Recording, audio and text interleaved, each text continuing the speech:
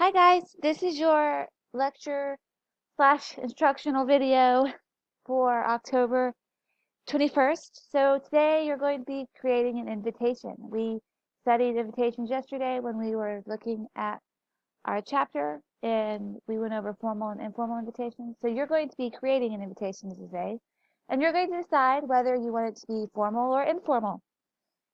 We went over the differences yesterday in our lecture, but for just a refreshing, look on page 92 of your book for more details on the format for either invitation types. Be sure that you include all pertinent information in your invitation. So pertinent means necessary, and that's going to be the type of party or occasion, the day and date, time, place, name of the person giving the party. You're also going to include an RSVP if you want to include that. It just depends. But that's also on page 92 of your book, the list of information that you want to include.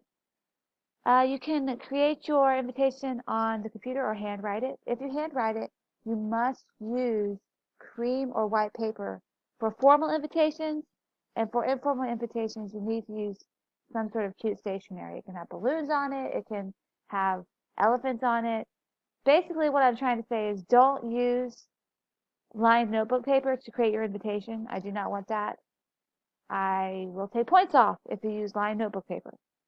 There are examples of invitations on page 93 through 95 of your book.